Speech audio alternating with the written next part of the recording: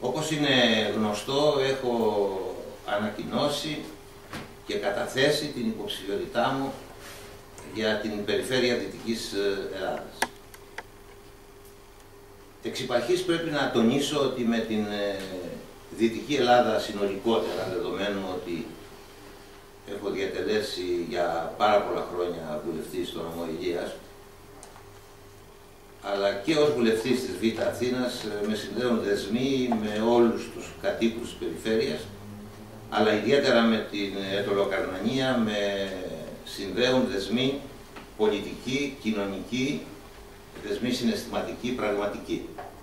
Και ως εκ τούτου δεν θα αναφερθώ σε υπερβολές ότι αισθάνομαι στο σπίτι μου, θα πω όμως ότι αισθάνομαι σε έναν τόπο για τον οποίο πρέπει να κάνω περισσότερα από ό,τι θα μπορούσα υπό άλλες συνθήκες να κάνω.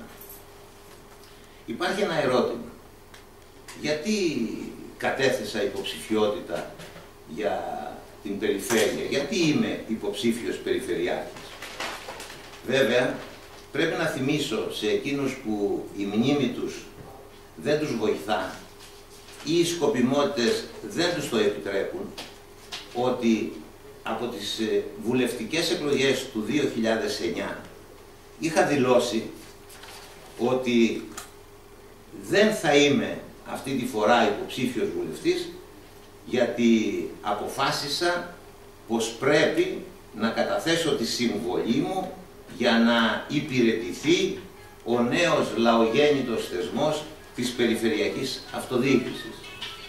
Και μάλιστα στη σχετική δήλωσή μου είχα σημειώσει με έμφαση ότι θεωρώ πως η μεγάλη κοινοβουλευτική εμπειρία που είχα και έχω και ως βουλευτής της Β' εκλογικής περιφέρειας Αθήνας και της Ηλίας, αλλά και η μεγάλη κυβερνητική μου εμπειρία θα ήταν χρήσιμη για την υποβοήθηση του αναπτυξιακού έργου στην περιφέρεια Δυτικής Ελλάδας. Και τόνιζα ότι η εμπειρία μου στους κυβερνητικούς τομείς της ανάπτυξης, της βιομηχανίας, της οικονομίας, των ευρωπαϊκών και διεθνών οικονομικών σχέσεων και προηγούμενα των μεταφορών με οδήγησαν σε αυτή την απόφαση. Και θέλω να καταθέσω και την γνώση μου και την εμπειρία μου για την εξυπηρέτηση των νέων αναπτυξιακών προοπτικών της περιφέρειας.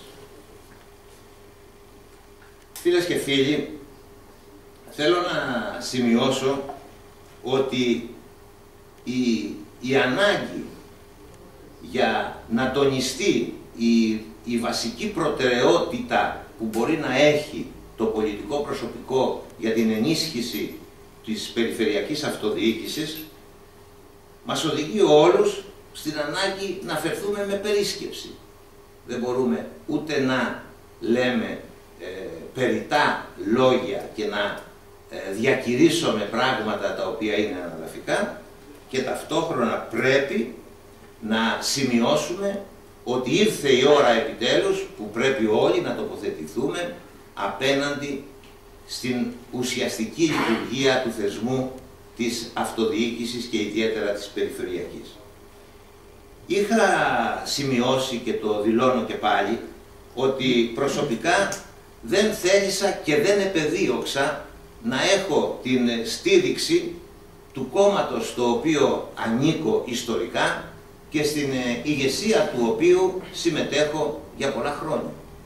Και δεν θέλησα να έχω τη στήριξη για τον απλό λόγο ότι είχαμε αποφασίσει στο ΠΑΣΟΚ πως ήρθε η ώρα να σταματήσει ο ασφικτικός εναγκαλισμός των κομμάτων στην αυτοδιοίκηση και είχαμε αποφασίσει ότι δεν θα παράσχουμε στις εκλογές του 2014 ούτε στηρίξεις ούτε χρήσματα. Στη συνέχεια επεκράτησαν δεύτερες απόψεις, με αποτέλεσμα η δική μου διαφωνία να οδηγήσει στην κατάθεση της ανεξάρτητης υποψηφιότητάς μου ως επικεφαλής της Ανεξάρτητης Περιφερειακής Συμμαχίας για την ανασυγκρότηση και την αειφόρο ανάπτυξη της Δυτικής Ελλάδας. Βέβαια, άλλοι υποψήφοι με κοινή πολιτική καταγωγή και ζήτησαν και επεδίωξαν να έχουν κομματικές στηρίξεις. Ο κύριος Απόστολος Κατσιφάρας επεδίωξε να έχει και έχει την στήριξη του ΠΑΣΟΚ. Ο κύριος Σταύρος Σόκος έχει τη στήριξη της Δημάρ. Ναι, συγγνώμη. Ο κύριος Σόκος, ναι, ο κύριος Σόκος, έχει τη στήριξη της Δημάρ. Άρα λοιπόν προσερχόμαστε στην εκλογική διαδικασία σε μια προσπάθεια να πείσουμε τον πολίτη ότι η υπεύθυνη στάση μας συνδέεται κυρίως με τα δικά του προβλήματα και όχι με τις δικές μας φιλοδοξίες. Αυτός που έχει την τιμή να απευθύνεται σε εσάς σήμερα δεν είναι υποψήφιος περιφερειάρχης για να ικανοποιήσει προσωπικές φιλοδοξίες. Τις έχει ικανοποιήσει στο μέγιστο βαθμό. Η υποψηφιότητά μου συνδέεται με την ανάγκη να διαμορφωθεί στη νέα προγραμματική περίοδο για την ανάπτυξη της περιφέρειας μια νέα αντίληψη και διοίκησης και διεκδίκησης. Κυρίες και κύριοι, διαρωτώ με, εάν στη Δυτική Ελλάδα και στις τρεις περιφερειακές ενότητες της Ετωλοακαρνανίας, της Αχαΐας και της Ηλίας τα πράγματα πήγαιναν πολύ καλά ή πήγαιναν αρκετά καλά ή ήταν ανεκτή η εξέλιξη των πραγμάτων από πλευράς αναπτυξιακής διαδικασίας, δημιουργίας συνθήκων, θα έλεγα, για μια ανεκτή κοινωνική συνοχή. Να μην ταλανίζεται ο τόπος από την υφεσιακή πορεία η οποία τον έχει πλήξει. Είχε λόγο η δική μου υποψηφιότητα. Προφανώς δεν είχε κανένα λόγο. Αλλά όμως τα πράγματα είναι διαφορετικά. Είναι αναμφίλεκτο ότι αυτή η στασιμότητα έχει μετατραπεί, όπως τόνισα, σε μια ταχύτατη υφεσιακή πορεία, η οποία επιτείνεται και βεβαίως έχει την απαρχή της σε προηγούμενη περίοδο. Αλλά όμως στην κρίσιμη περίοδο της τετραετίας που διανύουμε δεν έγιναν όλα όσα έπρεπε, ούτως ώστε να κερδιθεί ο χαμένος καιρός. Ένα πρόσφατο στοιχείο που με πείθει για την ορθότητα της αντίληψής μου είναι ότι σε πρόσφατη αξιολόγηση 8 περιφερειών της χώρας αναφορικά με την απορροφητικότητα κονδυλίων του ΕΣΠΑ, η Δυτική Ελλάδα είναι στην 6η θέση. Άρα λοιπόν σημαίνει πως δεν έγιναν εκείνα που έπρεπε να γίνουν.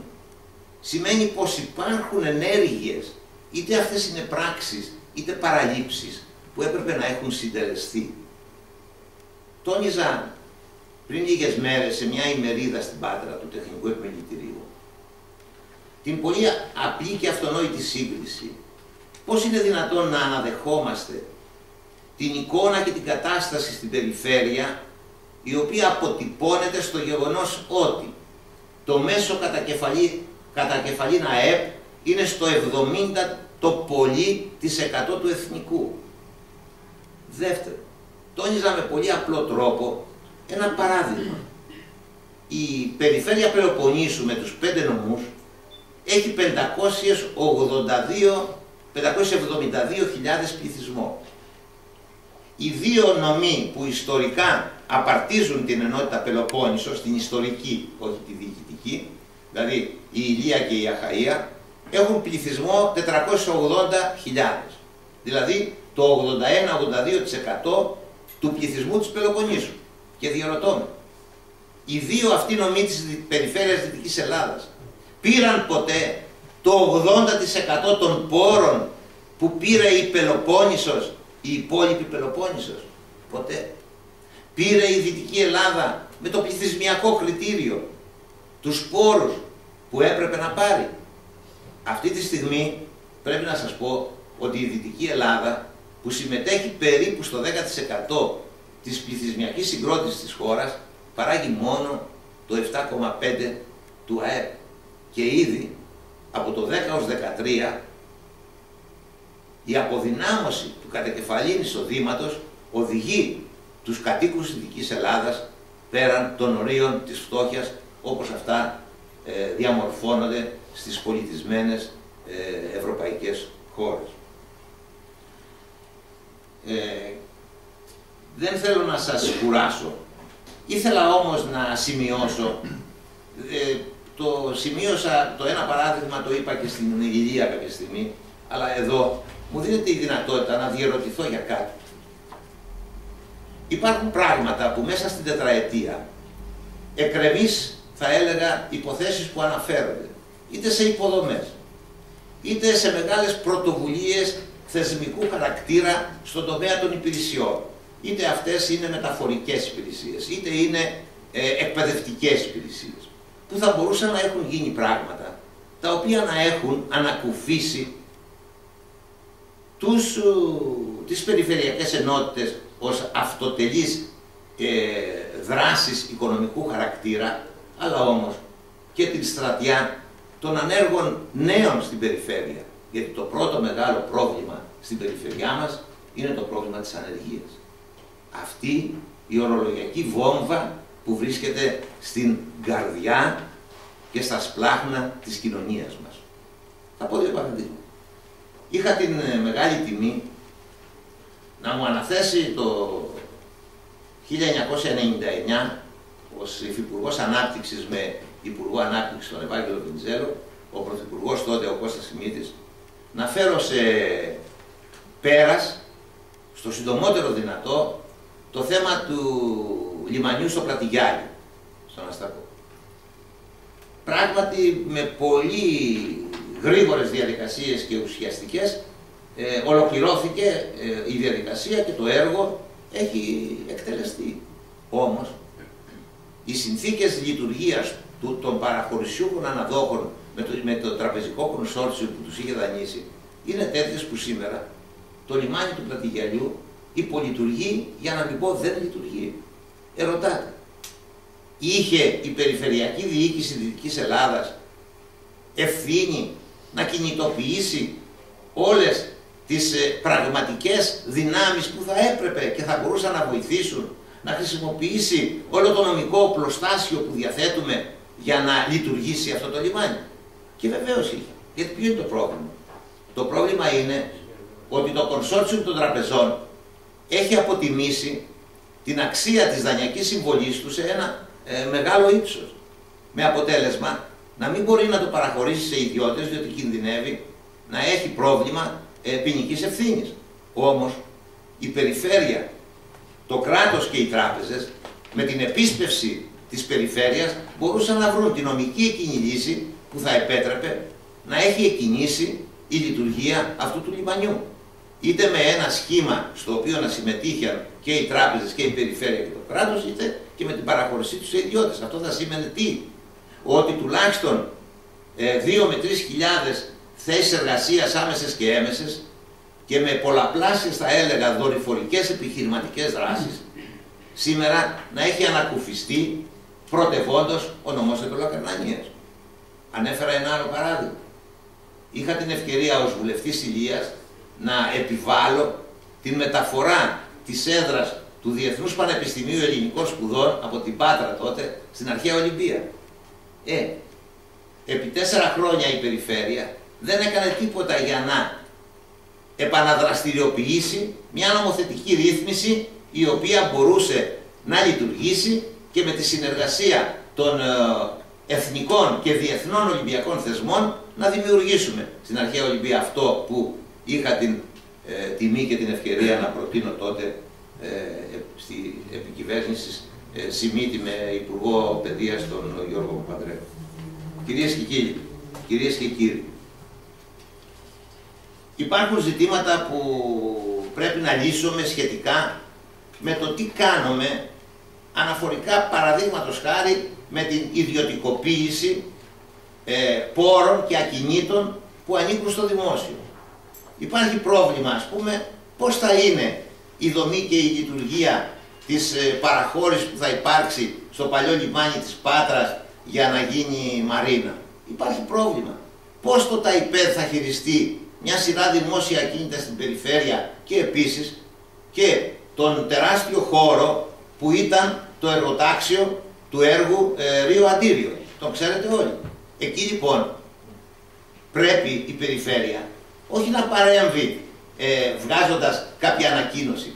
Πρέπει να καταθέσει στο ΤΑΙΠΕΔ το συντομότερο μελετητικές προτάσεις για το ποια αξιοποίηση θα ήταν η προσφορότερη, χωρίς να υπάρχουν ούτε περιβαλλοντικές επιβαρύνσεις, αλλά όμως να εξασφαλίζεται η δυνατότητα για την μεγαλύτερη εισρωή πόρων εσόδων στην περιφέρεια.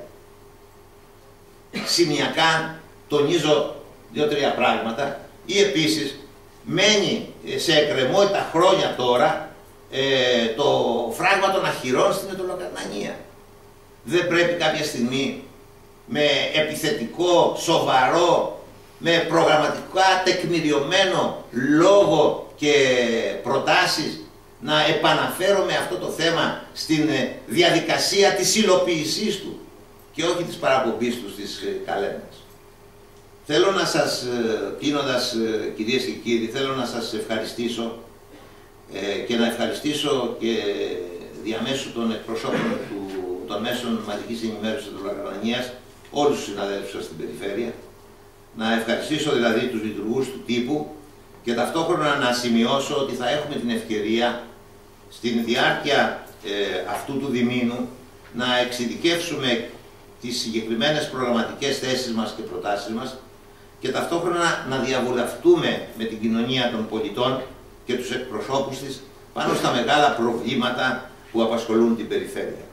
Ο δρόμος στις εκλογές δεν είναι αγώνας ταχύτητας. Είναι μαραθώνιος δρόμος. Και σε αυτό το μαραθώνιο κάθε στιγμή πρέπει να καταθέτουμε πολύ συγκεκριμένες προτάσεις και ταυτόχρονα να μην επιδιδόμαστε σε μία άγωνη και στήρα αντιπαράθεση.